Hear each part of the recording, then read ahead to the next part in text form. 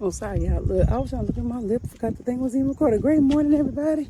Welcome, and welcome again. Happy Monday. Happy Monday to you. Oh, my goodness. Well, welcome, everybody. Fresh start, fresh day.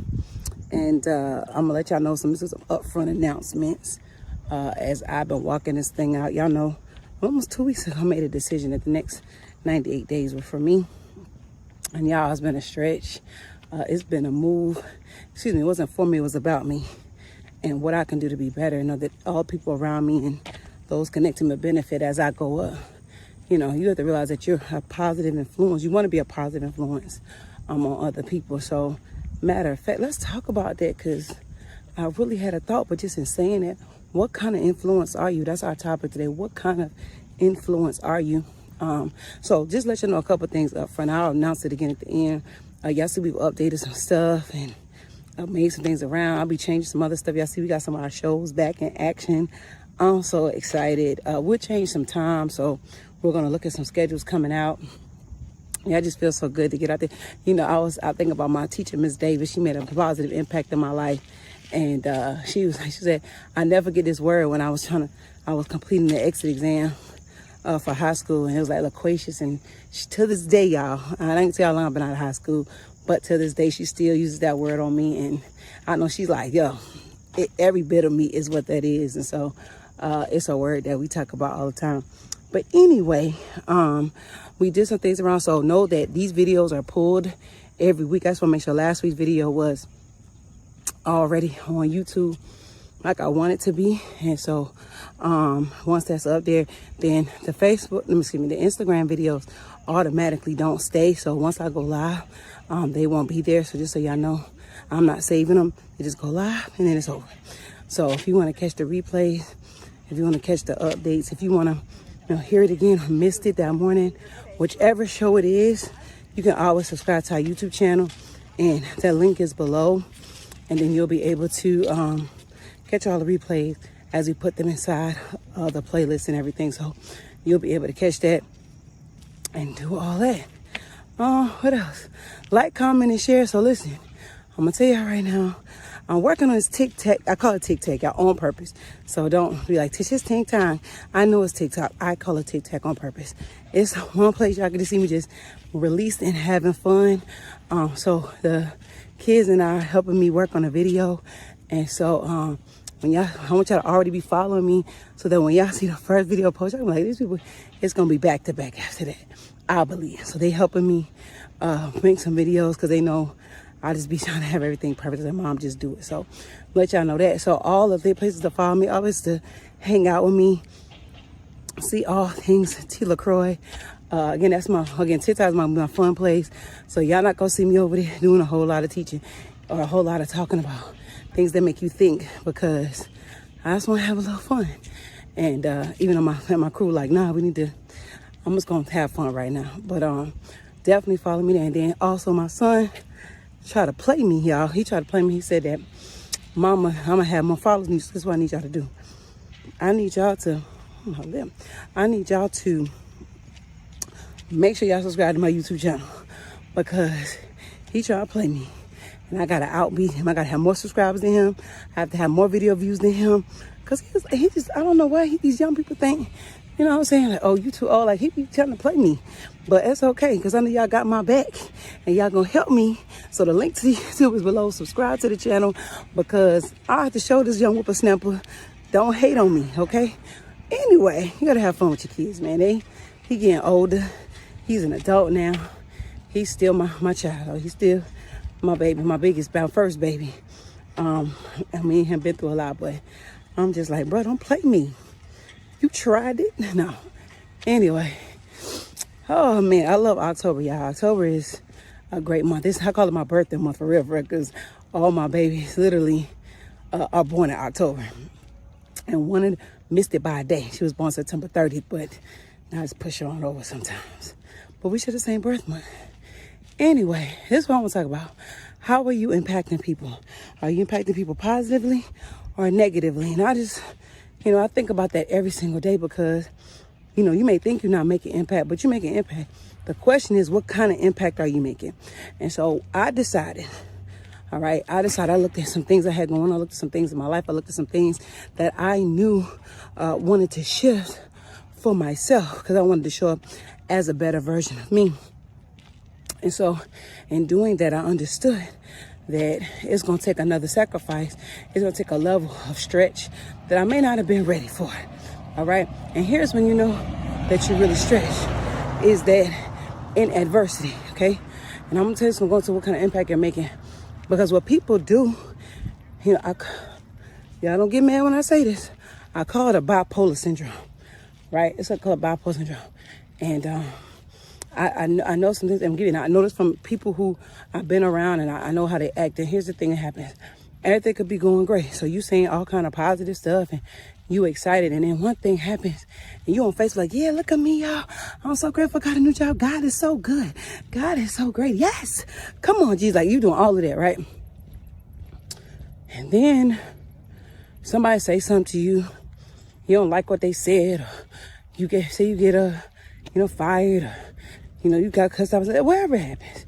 Now we on Facebook saying, F the world. Yeah, I said it like that. F the world.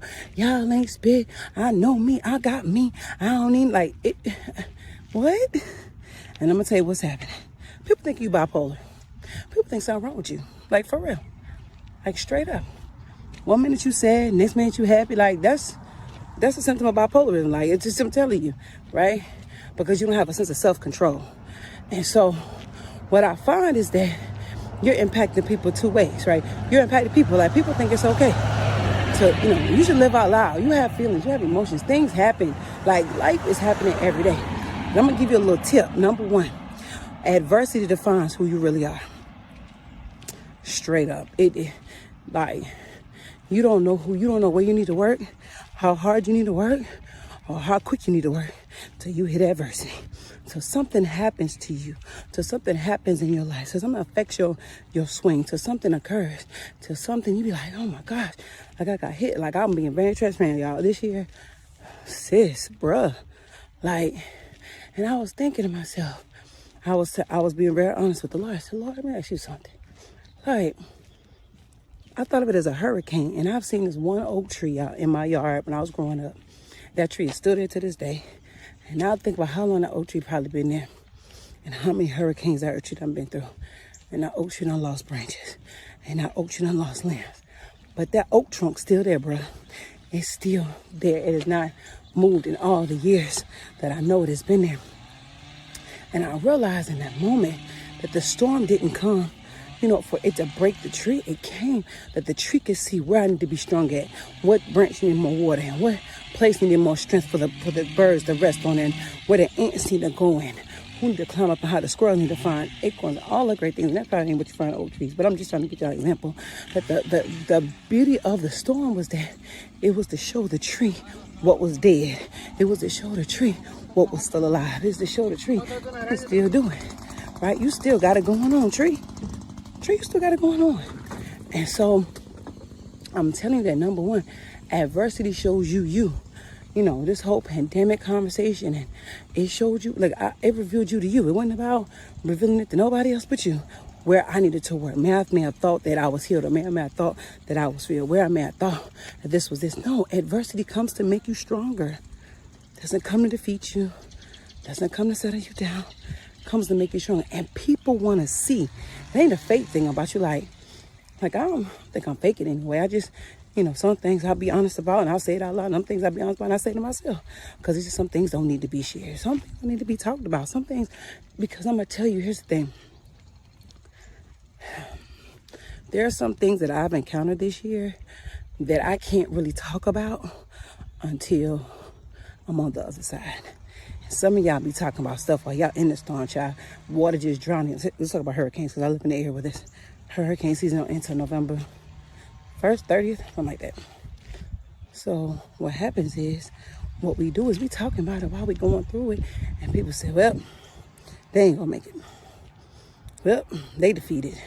I can't look at them for encouragement, because, child, they defeated. All right, so remember, adversity don't come to destroy you, comes to make you strong, comes to reveal you to you and see what you need to work on, and be okay to see you need some work. Like, I need some work. Like, I've been battling this procrastination demon for a while, and I realized it wasn't procrastination. Undertone of it is that I've been, dealing with things that have happened, before, and because of that, it has caused me not to believe anymore. Let's just be honest. Like, if people be like, they just, So my prayer was, Lord, help my unbelief. Like, straight up. And that's where I'm at. And that's what I'm working through, that I really believe these things. So then I asked myself, what work can you do to show that you believe? Period, right? So adversity doesn't come to destroy you. Sorry, y'all. I know it's still semi-fall, going in the fall, child. Is it fall already? Yeah, it's fall already. Still got bugs out here. So anyway, right? Number one. Number two, you have to realize that people are watching you. Now, I'm going to say this, and y'all going to be mad, but this is what I had to tell myself too. You having an I don't care attitude about what people think is cool and all. Okay, it's cool. Like, you know what I'm saying? You're not living your life for people, but how does that affect people? Like, so let me explain what I'm saying. You can have an I don't care attitude for what people think, right? And put it in perspective, because you may have been, your energy may say you go left. Somebody say, no, you should go with the pack and go right. You're like, nah, I need to go left. And people may be against that. People may be offended by what you got to do. Or they may not like that you hang out like everybody else and you can't go like everybody else. Or you can't do something because you're focused on the end game. And that's okay. It's not about the people of public opinion, all right? It's not about that or what they have to say. But the reality of it is you're affecting people. And so you have to be mindful sometimes of how you say stuff, mindful sometimes how you move, mindful sometimes of how you react, mindful sometimes because people are looking at you like, this joker crazy. Like, they're looking at you like, I was following her and I understand. And you're like, I don't know. And so that's the piece we miss. We so busy saying, I don't care what nobody think about me, that we don't realize there's a tribe that's watching you. And am I steering them in the right direction, or am I steering them in the wrong direction? It's not about being fake and phony. It's about having a little bit of common sense. As my dad said, it ain't common, but I'm just saying, it's just using wisdom. Because people are waiting for the fall in a good way, like the flow. They're waiting for the flow to happen. Like, I've seen this person work on this stuff so long, and then they see the break, and that's maybe when they connect. They see the break, and that's maybe when they get saved. They may see the break, and that's when they like, oh my gosh, like, if she can do it, I know I can do it. Like, it's all about what's the word I'm looking for? The posture through your process, right? The posture of you, okay?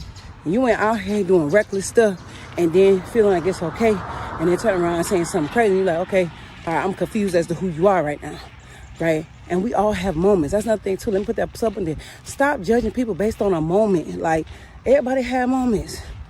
Child, I still laugh at the day. Like, I literally cussed my husband. Like, I cussed him out so bad, y'all. It was bad. It was so bad. My sister called me and she was like, Tish, calm down. Like, you doing too much. He had never heard me go off that bad. This was, let me be very clear. Somebody be like, whoo, she cussed Marcus out. That was like, listen, 15 years ago, all right? I still tell my bad I was wrong. I laugh now, but I was wrong. I took full responsibility. I cussed him out so bad, y'all. It was bad. And it was stupid. And we laugh about it now, but I take full responsibility, and I made sure I apologized, right? And he's like, no, babe, we good. But I messed up. I take full responsibility for that, right? But that don't mean he holding me hostage to it. Like, y'all gotta stop holding people hostage to stuff and then expect people to believe that you changed, but then you don't want to let nobody believe they changed. If you want to tell people stuff, tell them that, hey, I'm so, like, go back to my sister Christine. I told her, like, I'm so proud of you, man, because I remember when 1 was 2, and then 2 became 4, and now you doing this and you doing that. That's different. And saying, oh, you said you changed. Remember, she was still a crackhead. I'd be like, what? Like, let that go. They evolved, and be okay for the evolvement. And don't let nobody, I don't know why I went here, but don't let nobody sit up there and say that, because I'm saying, a lot of people, they dealing with their own involvement. They just dealing with their own involvement. Like don't let them make you feel like, oh my gosh, I ain't involved. If you know you evolved, congratulations. All right. Boom. Number 3. I didn't think I was going here today, y'all. I just, what kind of impact you making? Because I'm telling you, like, people watching you, period. If anybody else watching, you got kids, your kids watching you. And you wonder why little Johnny cussing at too. You think it's funny at too, but then when he 14 cussing you out, then you mad. No. What environment you got them in? Like, straight up. I'm going to tell y'all this right here, and I'm going to go to my last one. I told William some things about my past. We were talking. He's 24, so now he's like, I done wrote about it in the book at this point. I've made sure I respected him. Here we go. This is the whole thing about people think. I respected my husband and my children enough to ask them were they okay with me sharing these parts of my story. And William openly knows, that I was going to abort him. He openly knows it. It's not a secret. I ain't telling him he was 5. I mean, he's an adult when I told him about it. And he said the most profound thing to me. He said, Mama, if I think about it, I understand where your mental capacity was. I understand where you were, what you was dealing with. I understand. Like, I'm saying it's right. I'm just saying I understand. And that was the most freeing thing for your kid to understand. Now, I'm grateful that I didn't do it. Because that's my dude, right? I ride for that dude. But I respected him enough when I wrote the book about it. So it's not about how I do what I want to do. I don't care what I say. I had a respect for them because I knew what I wrote was going to affect them. And my husband said, he said, babe, is there anything in there I don't know? And I said, nah, you know everything. Outside of Jesus, you don't want to know everything. He was like, I'm good. I said, like, I'm good. So we went to publish, period. So it's not about saying, him go back to that one more last time. It's not about saying, being at the art of public opinion, but using wisdom as to how it's going to affect the people that are looking to you as a person of impact. That's it. That's all I'm saying. I always say do what the Lord tell you to do. But just understand that concept of he ain't gonna tell you to do stuff that's gonna destroy people. I already understand it. Not destroy the souls of people.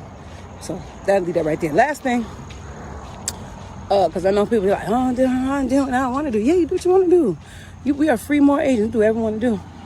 And we don't have to meet the public opinion, but sometimes y'all take it too far. Like, y'all just be like, doing something. You don't respect people. Like, there's some things I just wouldn't say about my mama.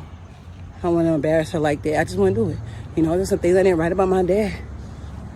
And I'm okay with that. You know what I'm saying? Like, I didn't write about it because I knew, that wasn't cool. But I was able to express everything I needed to express without doing it. So, anyway, last thing, excuses. Here we go. This was my thing. Like, we allow people to justify why we don't do what we're supposed to do, right? And we take it as, how you doing? We take it as, let me see if I can get a prime example. So, my dad passed away, and I had to be, let me back up. Because that's when my grandma passed away. I wasn't all that close to my dad's mom. She knew me, we talked to me or whatever. And it was the day I was at my uncle's house. And that was the last, believe it or not, this is the last time I got to see her. Literally was at my uncle's that summer.